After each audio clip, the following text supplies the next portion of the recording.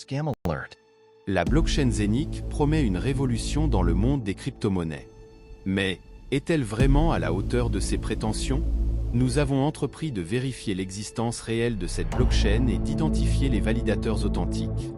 La question essentielle, qui se cache derrière cette technologie?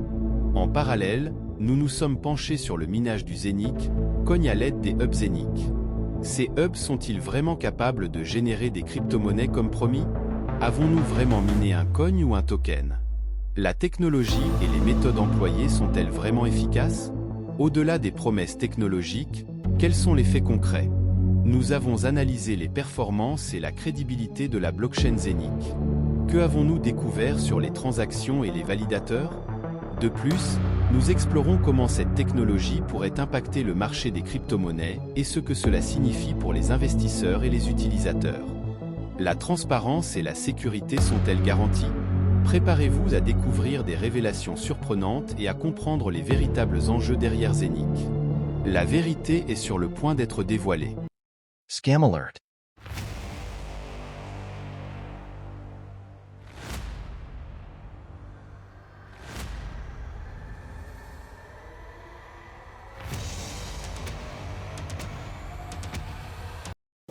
Bonjour à tous et bienvenue sur la chaîne de Scam Alert.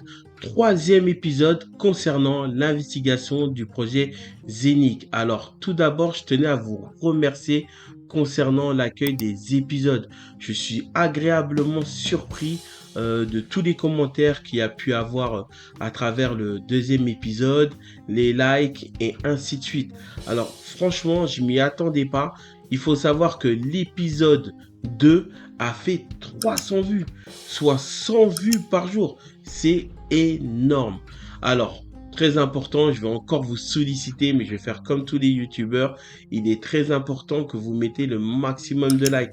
Il faut savoir que sur cette vidéo, j'ai 300 vues, mais je dois avoir 17 likes. Donc, je vous invite pour celle-ci à mettre le maximum de likes, les amis. Alors, pourquoi je vous parle de likes? Ça va permettre à la vidéo d'être le plus visible possible sur YouTube. Et l'important des épisodes que vous pouvez suivre, c'est d'informer au maximum, que tout le monde ait l'information de ce qui s'est passé et ce qui se passe actuellement sur le projet Zenic. Et en plus de ça, vous savez une chose, alors concernant la pétition, sachez que on était à 80 signataires et actuellement on est environ à 121 signataires à l'heure que je vous parle. C'est énorme. Je sais pas si vous vous rendez compte, je pense qu'il y a environ 40 personnes qui ont pris conscience et qui se sont dit bon, on va aller signer cette pétition et on va essayer d'avoir gain de cause et faire valoir nos droits et nous faire entendre. Je me suis aperçu que la pétition a, on va dire, pris un petit boom en fait, les gens sont allés sur la pétition, sont partis la signer et je pense que l'épisode 2 a été bénéfique et j'espère que celui-ci aussi. Donc je vais aussi vous casser la tête. Les amis, vous avez juste à prendre votre téléphone, aller sur la pétition tout simplement. C'est quelques clics, vous y allez, vous mettez nom, prénom, votre adresse mail. Si vous voulez ne pas être contacté, vous pouvez cocher pour pas non plus divulguer vos informations et ainsi de suite. Vous cochez et vous signez. Et une fois que vous avez signé, ce qui est important, c'est de valider via votre boîte mail. Donc en général, vous avez le courrier en courrier indésirable. Donc il faudra simplement aller dessus, valider et la signature sera actée. En tout cas, je vous remercie à ce niveau-là parce que faut savoir que la pétition traînait un peu des pieds. On était à 82 et aujourd'hui on est à 121 personnes qui ont signé cette pétition. En tout cas, ça montre d'une part que concernant ce qui se passe, votre mécontentement, que vous voulez avoir gain de cause et ainsi de suite. Let's go pour l'épisode 3. Donc, on va parler assez rapidement de la blockchain et ce que j'en pense. Il faut savoir qu'il y aura un épisode qui sera dédié concernant la blockchain. On fait vraiment du mining, du coin Zenic ou éventuellement d'un token. Mais concernant l'épisode que je vais vous partager, on va savoir ce qu'il en est par rapport à tout ce qui s'est passé en 2020. D'accord? Donc le départ d'Erwin Docteur avec Vougier et ses équipes à Dubaï et la mise en place des entités. Donc j'en dis pas plus. Pour le moment, je vais vous parler de la blockchain. Donc avant d'aller justement sur la blockchain de Zenic pour savoir s'il y a vraiment du mining, s'il y a vraiment une blockchain Zenic et ainsi de suite, je vais tout d'abord vous expliquer ce que c'est un coin et un token. Sur la chaîne YouTube, vous avez une vidéo concernant le coin et le token, mais je vais essayer de vous le résumer assez rapidement. Si vous comprenez pas, vous allez tout simplement sur la vidéo et vous allez, je pense, comprendre, ou aller à travers YouTube, taper qu'est-ce que c'est un coin ou un token et vous allez comprendre. Alors c'est très très simple avec des mots simples. Donc il faut savoir qu'un coin a sa blockchain, d'accord, a sa propre blockchain, et un token dépend d'une blockchain. D'accord. Il faut savoir qu'en général, il y a soit un smart contract pour que le token puisse être sur la blockchain. Tout simplement, vous embêtez pas à essayer de comprendre plus. Un coin a sa propre blockchain et un token dépend d'une autre blockchain. Donc là, ça va être important pour la suite de la vidéo que vous compreniez la distinction entre un coin et un token.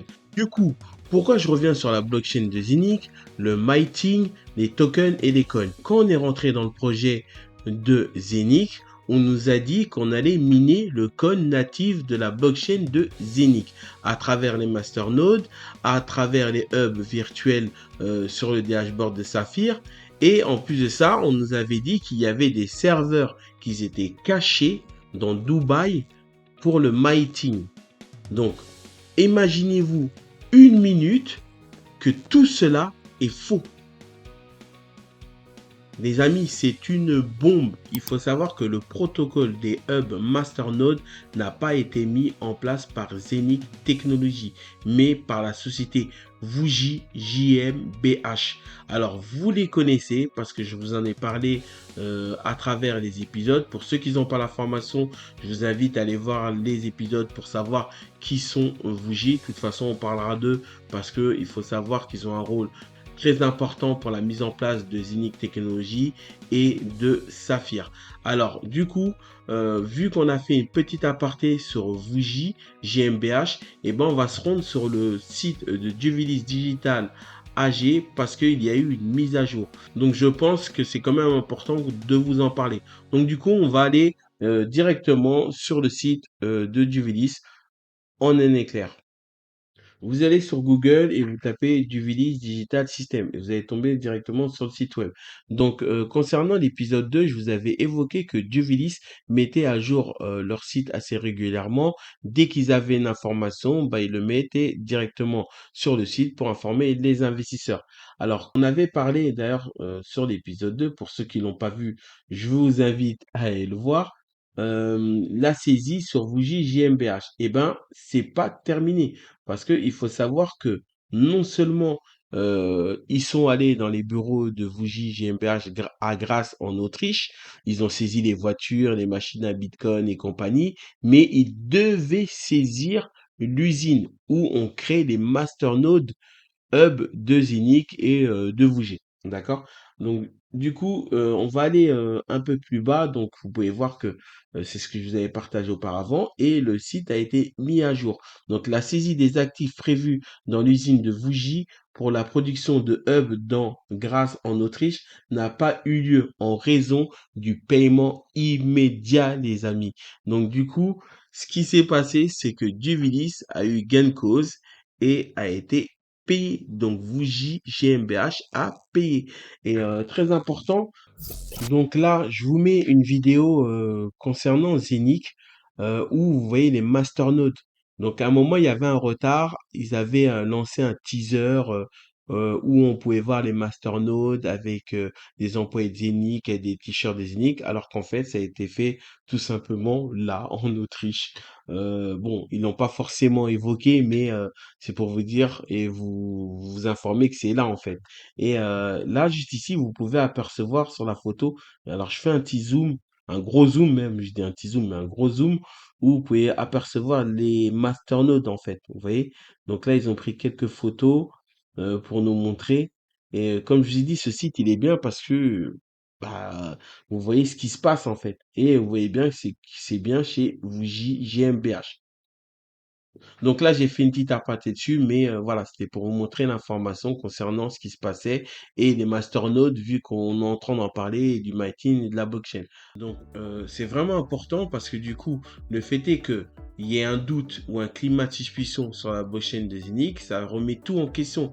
Le fait est que on nous a dit qu'il y avait des serveurs, donc pas de serveurs, qu'il y ait pas de blockchain, mais qu'il y ait une blockchain à travers un protocole et ainsi de suite.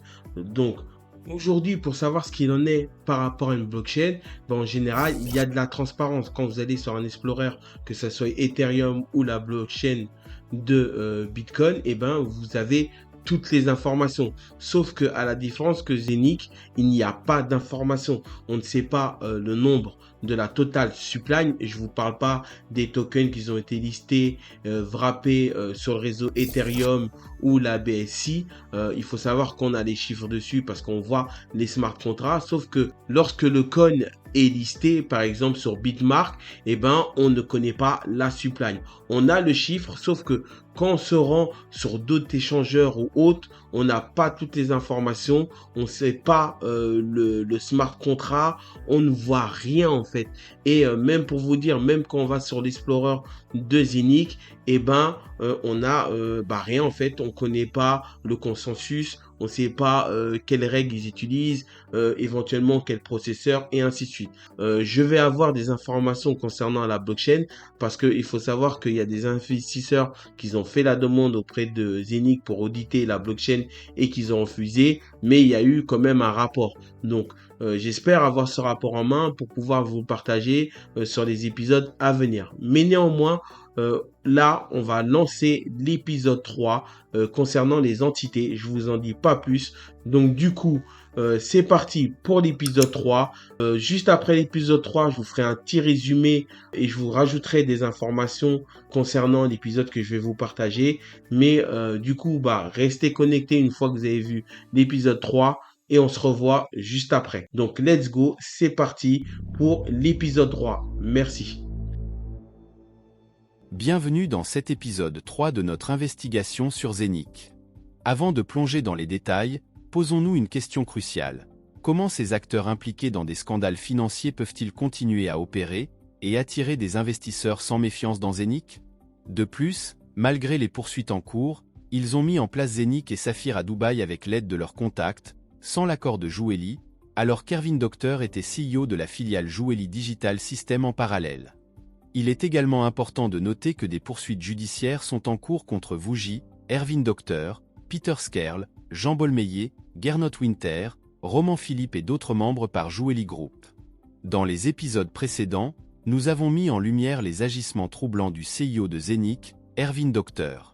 Après le scandale impliquant leur précédente entreprise, Joueli Digital System AG, considérée comme une escroquerie, Docter et ses complices, dont Vougy, ont déménagé à Dubaï et ont établi des entités sous les noms de Zenix et Saphir, agissant désormais en tant que distributeurs et utilisant le marketing de réseau pour promouvoir leur nouveau projet Zenix. Aujourd'hui, nous allons nous intéresser à la mise en place de l'entité Zenix, aux acteurs qui ont contribué à sa création et à la problématique de ces entités.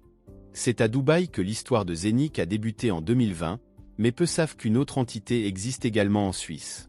De nombreux investisseurs n'avaient pas cette information, ce qui soulève des questions sur la transparence et les intentions de l'entreprise. En 2020, Zenix a été lancé et se fait connaître à Dubaï, tandis que Zenix Corporation AG a été enregistré en Suisse. Dans l'Émirat, Zenix est domicilié chez son propriétaire, Ramzik Technology Ltd, une compagnie possédée et dirigée par Walid Al-Nusera. Parmi les actionnaires, on retrouve Ervin Docter. Dubaï est renommé pour son avancée technologique dans le domaine des crypto-monnaies, ce qui a séduit les investisseurs de Zenix, mais cette réputation est nuancée par sa réputation controversée en tant que 8e plus gros paradis fiscal et réglementaire du monde, un véritable hub de la finance offshore. Nous allons nous intéresser à Walid Al-Nusera, une figure clé mais peu connue. Contrairement à Souleymane Al-Rifa dans Saphir et la société Ramzik Technology Ltd, dont les rôles dans l'introduction de Zenix à Dubaï sont connus, Walid Al-Nusera reste discret. Vous pouvez constater pour info que Walid Al-Nusera ne mentionne pas ses fonctions chez Saphir Zenic sur ses réseaux et son profil LinkedIn. Alors qu'il se présente comme directeur commercial chez Boat Corporate Services depuis avril 2021. Boat est une firme de services aux entreprises souhaitant s'implanter aux Émirats arabes unis. Auparavant, il était directeur commercial dans une entreprise informatique, National Computer Corporation UAE, une holding informatique russe dont le site internet nccme.ae n'affiche plus de contenu. Notez que la seconde entité, en Suisse de Zenic à Doulaye, s'appelle Zenic Corporation AG. Elle est installée à Zug, l'un des cantons du deuxième plus gros paradis fiscal mondial et la Suisse, avant Dubaï. Zenic n'a probablement aucun bureau dans ce minuscule canton suisse. Sa filiale suisse est plus vraisemblablement une société écran, c'est-à-dire une boîte aux lettres permettant de donner l'apparence d'une installation en Suisse sans réelle activité économique. Les bureaux de cette entité suisse sont probablement à Dubaï. D'ailleurs, si vous cherchez l'adresse suisse du groupe, qui était sur leur ancien site de Zenic, et s'était indiqué New Office Address Coming Soon. Ce qui signifie nouvelle adresse de bureau à venir bientôt. Il a également été souligné sur le site web qu'il n'est pas autorisé à vendre des produits financiers. Zenic propose non seulement la création de ces différentes entités, mais aussi à travers ces entités, ils ont proposé leur technologie, comprenant notamment les hubs Masternode Zenic qui minaient le Zenic Coin, ainsi que leur plateforme d'échange de crypto-monnaies, qu'ils souhaitaient mettre en place, n'a jamais vu le jour en raison de l'impossibilité de le faire, conséquence directe de la licence de Zenic mise en place dès le début en 2020. De plus, à travers le site Saphir, ils ont intégré un système de marketing de réseau. Cependant, il est crucial de souligner qu'ils n'avaient pas l'autorisation de vendre des produits financiers, que ce soit à Dubaï ou en Suisse. Il est essentiel de comprendre que les crypto-monnaies, telles que le coin Zenic, proposées via le minting et par le biais des masternodes Zenic, sont considérés comme des produits financiers. Concernant Zenic et Saphir, qui agissent en tant que distributeurs de la technologie, ils ont reçu différents avertissements, notamment pour fraude en valeurs mobilières par les autorités de Dubaï fin 2021. De plus, Saphir a fait l'objet d'un signalement en Russie dans la liste des entreprises présentant des signes identifiés d'activités illégales sur le marché financier. Ces incidents soulèvent de sérieuses préoccupations quant à la légitimité et à la fiabilité des activités associées à Zenic et à ses partenaires. Est-ce possible que le CEO de Zenic, Ervin Docter, soit un prête-nom dans la mise en place de ces entités, avec un contrôle exclusif en question? Il y a une forte possibilité d'implication de Walid Al-Nusera et de Souleiman Al-Rifal. De plus, comment a-t-il réussi à approcher un membre de la famille royale compte tenu de sa crédibilité controversée? Aurait-il pu approcher la famille royale sans aide? En échange, il a probablement dû céder une partie de ses actions pour concrétiser le projet Zenic et Saphir, pour séduire les investisseurs et donner de la crédibilité à l'entreprise, reléguant ainsi son passé controversé chez Julie Digital System AG au second plan. Mais cela reste à confirmer à travers les épisodes à venir. Les zones d'ombre autour de Zenic et de ses activités continuent de soulever des questions. Nous continuerons à suivre de près cette affaire et à vous tenir informés des développements. N'oubliez pas de vous abonner et d'activer les notifications pour ne rien manquer. Merci d'avoir suivi cet épisode.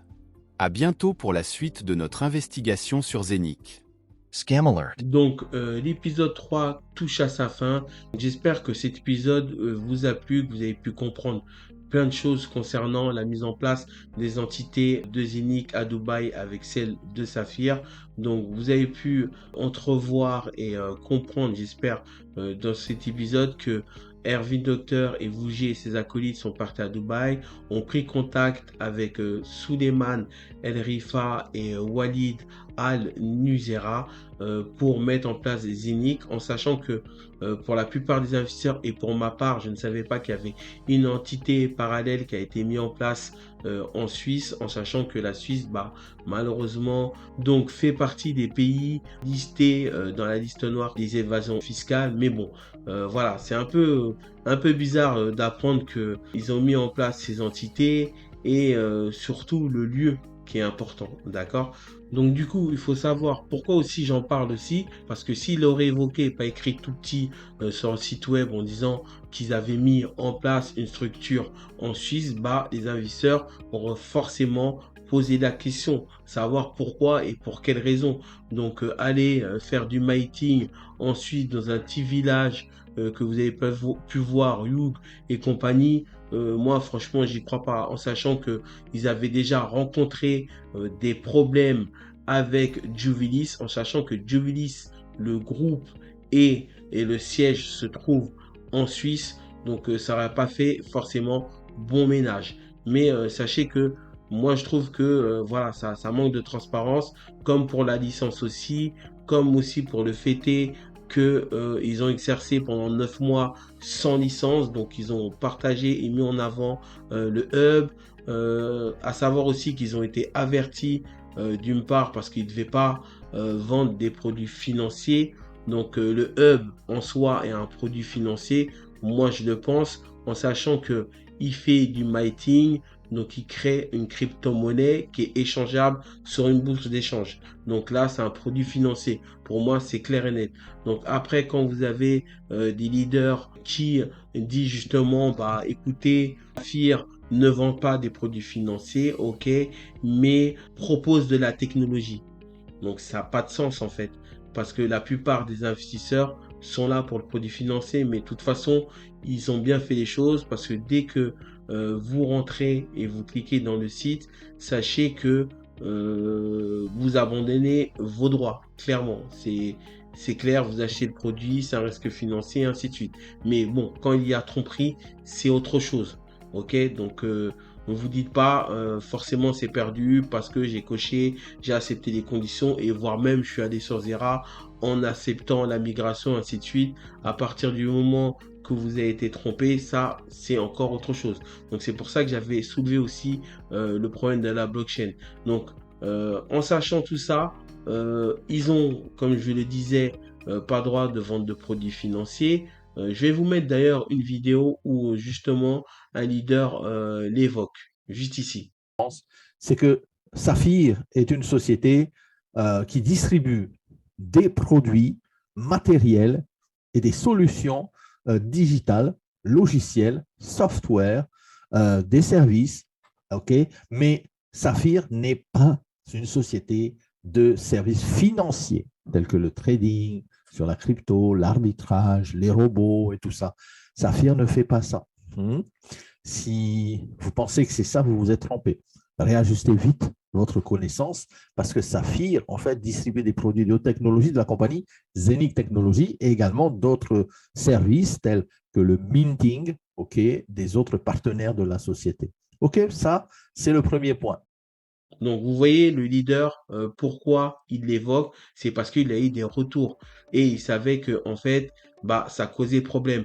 Donc pendant des années, il vous a proposé les hubs, les masternodes, il en a fait la promotion, mais en sachant que l'entité n'avait pas droit, du moins de les commercialiser, de les vendre, parce que c'est des produits financiers, et ça ils ne veulent pas le reconnaître. Donc c'est tout à fait normal qu'ils ne le fassent pas à travers une vidéo, que la bourse d'échange à la finalité, elle ne peut pas, pardon, être mise en place, en sachant qu'ils n'ont pas les licences pour pouvoir les mettre en place. Donc il y en a beaucoup qui vont venir me dire oui mais non, ils allaient mettre la licence en place et compagnie, mais excusez-moi, en fait un investisseur normalement, et même moi j'aurais dû faire attention aussi sur le fait qu'ils aient les licences et soient réglementés pour pouvoir mettre en place la bourse d'échange. Donc si c'est pas fait, normalement on aurait dû l'exiger en tant qu'investisseur avant de rentrer dans le projet. Et de toute façon, on ne serait pas rentré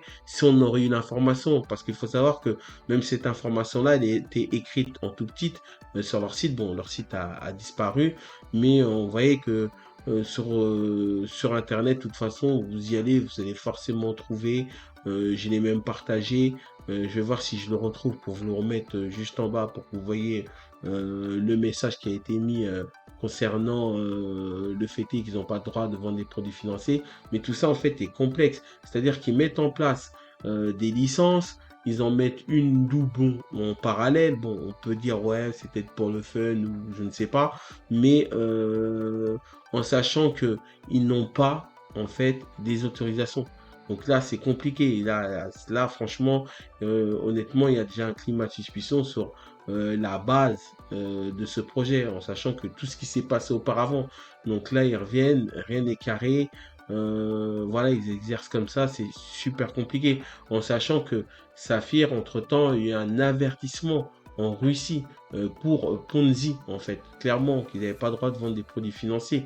Donc, c'est pas moi qui le dis, c'est des faits, c'est inscrit. Ils ont eu des avertissements à ce niveau-là.